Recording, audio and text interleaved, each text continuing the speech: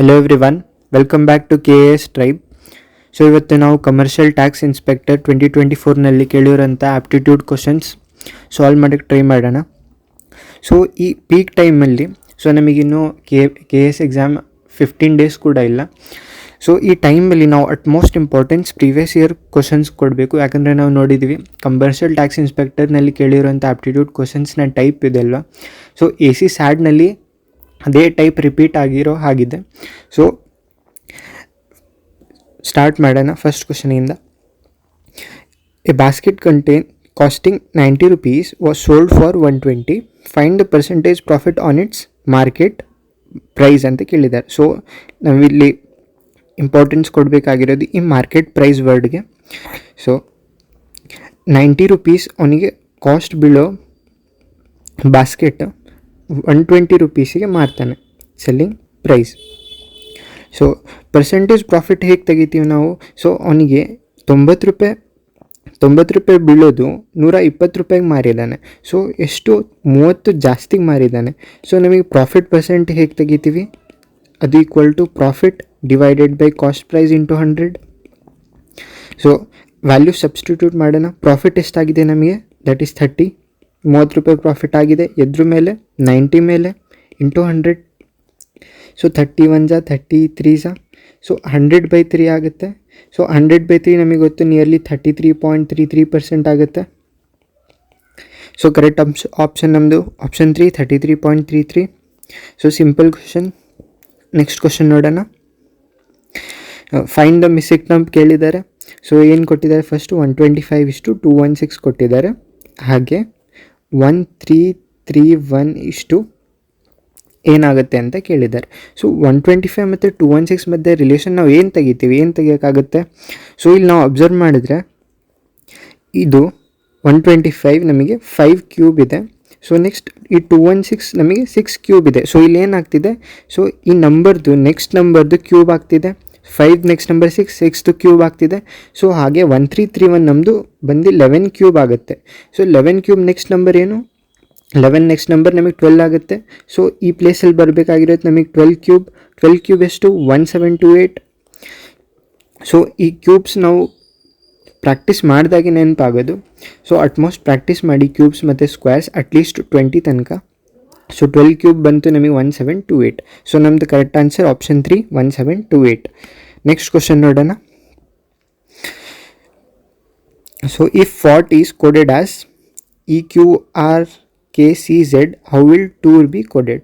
So ಫಾರ್ಟಿಗೆ ಅವರು ಈ ಕೋಡ್ ವರ್ಡಲ್ಲಿ EQRKCZ ಅಂತ ಕೊಟ್ಟಿದ್ದಾರೆ. ಸೊ ಫಾರ್ಟ್ ಏನಿದೆ? FOUGHTಗೆ ಅವರು EQRKCZ ಅಂತ ಕೊಟ್ಟಿದ್ದಾರೆ. ಸೊ ಹಾಗೆ ಟೂರ್ದು ಏನಾಗುತ್ತೆ ಅಂತ ಕೇಳಿದ್ದಾರೆ. TOURದು ಕೋಡ್ ಏನಾಗುತ್ತೆ ಅಂತ ಹೇಳಿದ್ದಾರೆ. ಸೊ ಇಲ್ಲಿ ಅಬ್ಸರ್ವ್ ಮಾಡಿದ್ರೆ ಸೊ ಎಫಿಂದ ಇ ಹೋಗಿದ್ದಾರೆ. ಸೊ 1 ಸ್ಟೆಪ್ ಬ್ಯಾಕ್ ಹೋಗಿದ್ದಾರಾ? -1 ಹೋಗಿದ್ದಾರಾ? ಸೊ ನೆಕ್ಸ್ಟ್ ಇಲ್ಲಿ ನೋಡಿ O ಇಂದ Q ಹೋಗಿದ್ದಾರೆ. O ಆದಮೇಲೆ P ಆದಮೇಲೆ Q 2 ಸ್ಟೆಪ್ ಫಾರ್ವರ್ಡ್ ಹೋಗಿದ್ದಾರೆ. ಸೊ ಹಾಗೆ ಸೇಮ್ ಪ್ಯಾಟರ್ನ್ ಫಾಲೋ ಮಾಡ್ತಾ ಇಲ್ಲಿ 3 ಸ್ಟೆಪ್ ಹಿಂದೆ ಹೋಗಿದ್ದಾರೆ. ಇಲ್ಲಿ ನೆಕ್ಸ್ಟ್ 4 ಸ್ಟೆಪ್ ಮುಂದೆ ಹೋಗಿದ್ದಾರೆ. ಇಲ್ಲಿ ಮತ್ತೆ 5 ಸ್ಟೆಪ್ ಹಿಂದೆ ಹೋಗಿದ್ದಾರೆ. ಇಲ್ಲಿ ಮತ್ತೆ 6 ಸ್ಟೆಪ್ ಮುಂದೆ ಹೋಗಿದ್ದಾರೆ. ಸೊ ಪ್ಯಾಟರ್ನ್ ಏನಾಯ್ತು ನಮಗೆ? -1 +2 -3 +4 -5 +6. ಸೊ ಹಾಗೆ ಇದರಲ್ಲೂ ಕೂಡ ಏನಾಗುತ್ತೆ? ಫಸ್ಟು -1 ಆಗುತ್ತೆ. ಸೊ ಟಿದು ಪ್ರಿಸೀಡಿಂಗ್ ಲೆಟರ್ ಯಾವುದು? ಟಿ ಹಿಂದೆ ಬರೋ ಲೆಟರ್ ಯಾವುದು? ದಟ್ ಈಸ್ ಎಸ್ ಆಯಿತಾ? ಸೊ ನೆಕ್ಸ್ಟ್ ನಮಗೆ ಇಲ್ಲೇನಾಗಬೇಕಾಗಿರೋದು +2. ಸೊ ಓದ್ರಿಂದ ನಾವು 2 ಲೆಟರ್ಸ್ ಮುಂದೆ ಹೋದರೆ ಎಷ್ಟು ಬರುತ್ತೆ? OPQ. ಸೊ ಕ್ಯೂ ಬರಬೇಕು. So SQ. ನೆಕ್ಸ್ಟ್ ನಮಗೆ ಬರಬೇಕಾಗಿರೋದು 3 ಲೆಟರ್ಸ್ ಹಿಂದೆ, ದಟ್ ಈಸ್ -3 ಆಗಬೇಕು. ಸೊ ಯುದು 3 ಲೆಟರ್ಸ್ ಹಿಂದೆ ಹೋಗೋಣ. ದಟ್ ಈಸ್ ಫಸ್ಟ್ T ಬರುತ್ತೆ, ಅದ್ರ ಹಿಂದೆ S ಬರುತ್ತೆ, ಅದ್ರ ಹಿಂದೆ R ಬರುತ್ತೆ. ಸೊ ನೆಕ್ಸ್ಟ್ ಲೆಟರ್ ಏನಾಗುತ್ತೆ? -3 ಹೋದರೆ R. ಸೊ ನೆಕ್ಸ್ಟ್ ಏನಾಗಬೇಕು? -3 ಆದಮೇಲೆ ನಮಗೆ +4 ಆಗಬೇಕು. ಸೊ ಆರಿಂದ 4 ಲೆಟರ್ಸ್ ಮುಂದೆ ಹೋದರೆ ಸೊ R STUV. ಸೊ ನಮಗೆ TUER ಹೇಗೆ ಕೋಡ್ ಆಗಿರಬೇಕು? That is SQRV. ಸೊ ನಮ್ಮದು ಕರೆಕ್ಟ್ ಆಪ್ಷನ್ 4, SQRV. ಸೊ ಇಲ್ಲಿ ನಾವು ಪ್ಯಾಟರ್ನ್ ಏನು ಸಿಕ್ತು, -1 +2 -3 +4 -5 +6 ಸೇಮ್ ಪ್ಯಾಟರ್ನ್ ಅಪ್ಲೈ ಮಾಡಿದಾಗ SQRV ಬಂತು. ಸೊ ನೆಕ್ಸ್ಟ್ ಕ್ವಶನ್ ನೋಡೋಣ. ಏನು ಹೇಳಿದ್ದಾರೆ, ಸಿಂಪಲ್ ಇಂಟ್ರೆಸ್ಟ್ ಕ್ವಶನ್ ಇದು. ಸೊ ಏನು ಹೇಳಿದ್ದಾರೆ, the total amount of loan to mister X is 50,000 for a simple interest ಮೇಲೆ ಕೊಟ್ಟಿದ್ದಾರೆ. One part is lent at simple interest of 7% and the other is lent at 11%. So 50,000ನ ಅವ್ನು 2 ಭಾಗ ಮಾಡಿ, so equal ಭಾಗ ಅಂತ ಕೊಟ್ಟಿಲ್ಲ, ಸೊ ಒಟ್ಟು 2 ಭಾಗ ಮಾಡಿದ್ದಾನೆ. ಒಂದಕ್ಕೆ ಅವನು 7% ಇಂಟ್ರೆಸ್ಟಿಗೆ ಕೊಡ್ತಾನೆ, ಇನ್ನೊಂದು 11% ಇಂಟ್ರೆಸ್ಟಿಗೆ ಕೊಡ್ತಾನೆ. So on an average 2 interest ಸೇರಿ ಅವನಿಗೆ ಟೋಟಲ್ 9.4% ಇಂಟ್ರೆಸ್ಟ್ ಸಿಗುತ್ತೆ. Then the 2 parts of the amount lent are. So ಅದೇ ಎಷ್ಟೆಷ್ಟು ಭಾಗ ಮಾಡಿ ಕೊಟ್ಟಿದ್ದಾನೆ ಅಂತ ಕೇಳಿದ್ದಾರೆ. ಸೊ ನಾವು ಈ 50,000 ಸದ್ಯಕ್ಕೆ ಬಿಡೋಣ, ಬಿಟ್ಟು ಬರೀ ಪರ್ಸೆಂಟೇಜ್ ಎಲ್ಲ ಆಟಾಡೋಣ. ಸೊ ಫಸ್ಟ್ 7% ಕೊಟ್ಟಿದ್ದಾರೆ, ನೆಕ್ಸ್ಟ್ 11% ಕೊಟ್ಟಿದ್ದಾರೆ. ಸೊ ಎರಡು ಸೇರಿ ಅವನಿಗೆ 9.4% ಆಯಿತು. ಸೊ ಇದು ನಮಗೆ ಬಂದು ಅಲಿಗೇಷನ್ ಮೆಥಡ್ ಅಂತೀವಿ ಇದಕ್ಕೆ. ಸೊ ಇವಾಗ ಏನು ಮಾಡ್ತೀವಿ, ಇವೆರಡದು ಡಿಫ್ರೆನ್ಸ್ ತೊಗೊತೀವಿ. 11 ಮತ್ತು 9.4 ಡಿಫ್ರೆನ್ಸ್ ಬಂದು ಎಷ್ಟಾಯಿತು, 1.6 ಆಯಿತು. ಸೊ 7ದು 9.4 ಬಂದು ನಮಗೆ 2.4 ಆಯಿತು. ಸೊ ಇದ್ರದ್ದು ನಾವು ರೇಷಿಯೋ ತೆಗಿಯೋಣ ಡಿಫ್ರೆನ್ಸ್ದು. ಸೊ 8 × 0.2 ಮತ್ತು 8 × 0.3. ಸೊ ರೇಷಿಯೋ ತೆಗೆದ್ರೆ ನಮಗೆ 2:3 ಆಗುತ್ತಾ? ರೇಷಿಯೋ ತೆಗೆದು ಇದ್ರದ್ದು ರೇಷಿಯೋ ನಮಗೆ 2:3 ಆಯಿತು. ಸೊ ಈ ರೇಷಿಯೋ ಬಂದಿತ್ತಲ್ಲ, ಇದು ಯಾವ್ದು ವ್ಯಾಲ್ಯೂ ನಮಗೆ, ಇದು ನಮ್ಮದು ಇನ್ವೆಸ್ಟ್ಮೆಂಟ್ ವ್ಯಾಲ್ಯೂ ಬರುತ್ತೆ ಯಾವಾಗಲೂ. ಅಲಿಗೇಷನ್ ಇಂಟ್ರೆಸ್ಟ್ ಮೇಲೆ ಯೂಸ್ ಮಾಡಿದಾಗ ನಮಗೆ ಈ ರೇಷಿಯೋ ಬರೋದು ಇನ್ವೆಸ್ಟ್ಮೆಂಟ್ದು. ಸೊ ಇನ್ವೆಸ್ಟ್ಮೆಂಟ್ ರೇಷಿಯೋ ಬಂದು ನಮಗೆ 2:3 ಬಂತು. ಸೊ ಈ ರೇಷಿಯೋ ಪ್ರಕಾರ ಟೋಟಲ್ ಇನ್ವೆಸ್ಟ್ಮೆಂಟ್ ಎಷ್ಟಾಗುತ್ತೆ, 2 + 3 ಟೋಟಲ್ ಇನ್ವೆಸ್ಟ್ಮೆಂಟ್ ಆಗುತ್ತೆ, ಅದು 5 ಆಗುತ್ತೆ. ಸೊ ಬಟ್ ನಮಗೆ ಟೋಟಲ್ ಇನ್ವೆಸ್ಟ್ಮೆಂಟ್ ಇಲ್ಲಿರೋದು 50,000. ಸೊ 5 ಏನಾದರೂ 50,000 ವ್ಯಾಲ್ಯೂ ಆದರೆ ಇಲ್ಲಿ ಫಸ್ಟ್ ಇನ್ವೆಸ್ಟ್ಮೆಂಟ್ ವ್ಯಾಲ್ಯೂ 2 ಇದೆ. ಸೊ 5 1 5 10,000 ಇಲ್ಲೇ ಕ್ಯಾನ್ಸಲ್ ಮಾಡಿ. ಸೊ 1 ರೇಷಿಯೋ 10,000 ಅಂದರೆ 2 ರೇಷಿಯೋ 20,000 ಆಯಿತಾ, ಹಾಗೆ 3 ರೇಷಿಯೋ 30,000 ಆಯಿತಾ. ಸೊ ಇದೇ ಬಂದುಬಿಟ್ಟು ನಮಗೆ ಅವನು ಸಪ್ರೇಟ್ ಪಾರ್ಟ್ಸಲ್ಲಿ ಮಾಡಿರೋ ಡಿವಿಷನ್. ಸೊ ಒಂದು ಪಾರ್ಟ್ 30,000, ಇನ್ನೊಂದು ಪಾರ್ಟ್ 20,000. ಸೊ ನಮ್ದು ಕರೆಕ್ಟ್ ಆನ್ಸರ್ ಆಪ್ಷನ್ 1, 20,000 ಮತ್ತು 30,000.